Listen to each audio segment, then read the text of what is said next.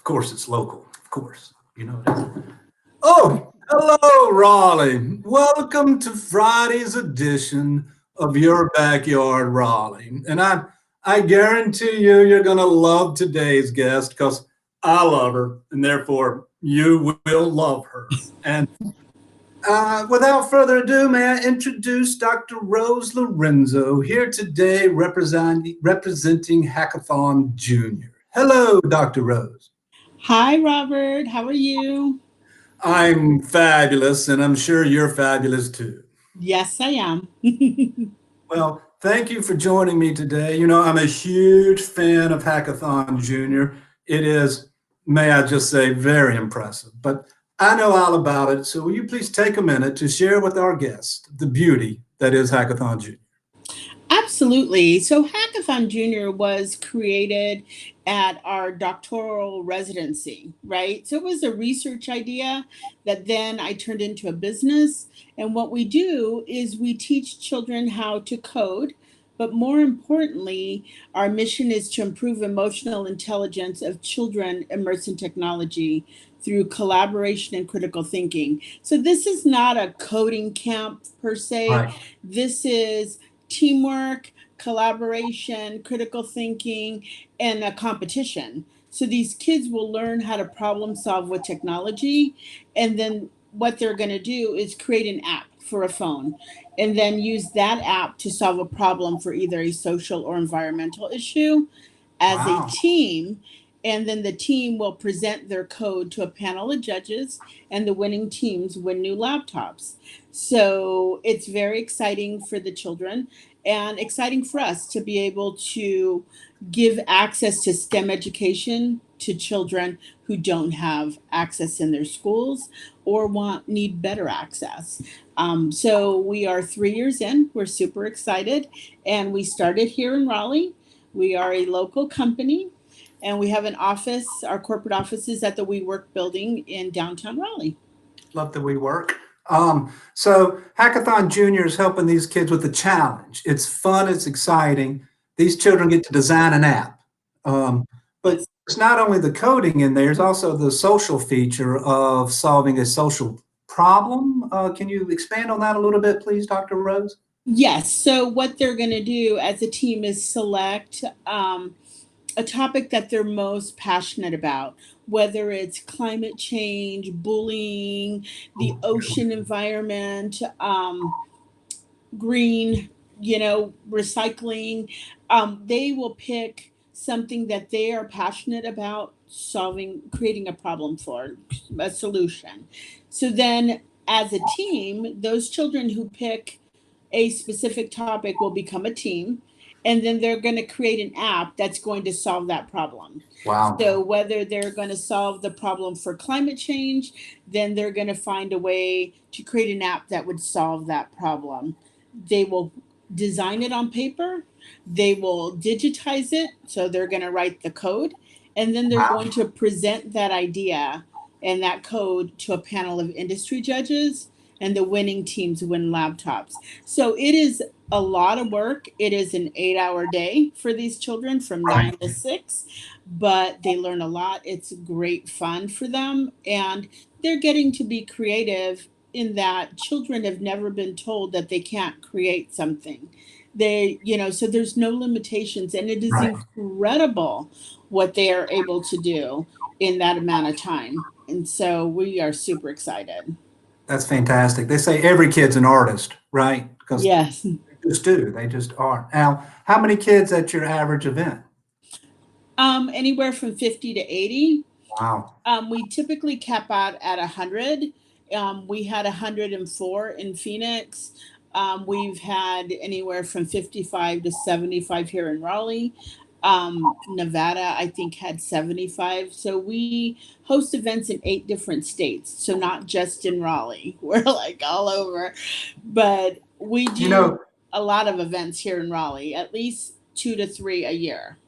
Um, well, that's one of the things I love about you, Dr. Rose. You're one of those local genies with great national influence. We live in space. That's true. Raleigh, but I love how you've taken this is your home. and you've taken this idea that works and spread it anywhere you can. I'm sure there'll be new cities added on as soon as you can. I know we were working together on a fundraiser. I think that might have had to take a back seat. Do you have any fundraising events in the immediate future planned? We don't, well, we are trying to start with coming back. So we've had to cancel all of our events because of COVID, Yes, I you can. know. So right now we're looking at possibly coming back in the fall, maybe late July, fall, September. And what we're going to do is start creating masks for the children who attend and then selling those masks on our website for anybody who wants to support Hackathon Jr. In that way, we can maybe raise some funds for these events. We understand that what's happening, people are not really supporting nonprofits because they're not working. You know, Right. there's no money. And so, and they're afraid. But nonprofits have been hit really hard. We've been hit really hard. But we're still trying to support children across the nation through a campaign we call Hackathon Junior Give Back, right? So, what we've been doing is we got a lot of emails from educators talking about students who didn't have computers to finish school, right? And so that really hit me hard because I'm an advocate for education and really wanted to help children. So we put a nomination form on our website at hackathonjr.com and asked educators to nominate children that really had a need for a computer or access so that Wow. they could finish school. And we've been able to send out computers to children in North Carolina, children in California, Nevada, Tennessee, Arizona, all over, which has been really awesome. But we have now run out of computers Mm. and run out of funds to purchase any additional computers. So our campaign is kind of at a stop until we can get some fundraising going, some people to support us, and access to computers to be able to send out until this COVID ends. My concern is that through no fault of their own, these children are impacted, their education is impacted. What happens if they can't go to summer school? Do they have to repeat the whole year over again? I mean, you know, what's going to happen? Yes. And so, and the schools have lent out computers, but they don't have enough for all the Right. students. So that's where the problem stands right now with this COVID situation. Well, that's both touching and heartbreaking. I'm impressed. The power of local, you immediately pivoted in the quarantine and said, we can help these kids. And what a powerful way. They're at home without a computer. You plugged them right back into their education. That I'd like to applaud that, but Thank you. that's impressive. And then I know that it's heartbreaking now. So as far as fundraising goes, please put me down for 5 or 10 masks, and then please let YBY promote that for you. So we would love to be a part. Thank you. Thank Um, you. We would love that. and if someone wants to make a donation, what's the best way to get in touch with Hackathon Junior?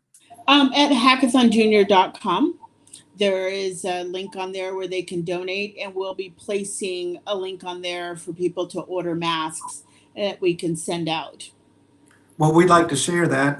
There's something else you did I think I'm very impressed with is that you took the time, and we're telling all our small business friends and all our small nonprofit friends to do this, to reach out to the people you touch. You recently did a survey. Could you tell us more about that, please, Dr. Rose? Yes, so we have about 49 children that had pre-registered for our event in June that we've had to cancel. And so I sent out a survey basically asking them if, you know, we had to do an event in the fall, would they allow their child to come? What kinds of things would they want us to have in place before having their child come to an event? Because our goal is really to make sure these children are safe. Right. their safety first, our safety first. And so some of the responses we got back was, the ability for them to wash their hands, have sanitizers, to be able to maybe take their temperature before coming to an event.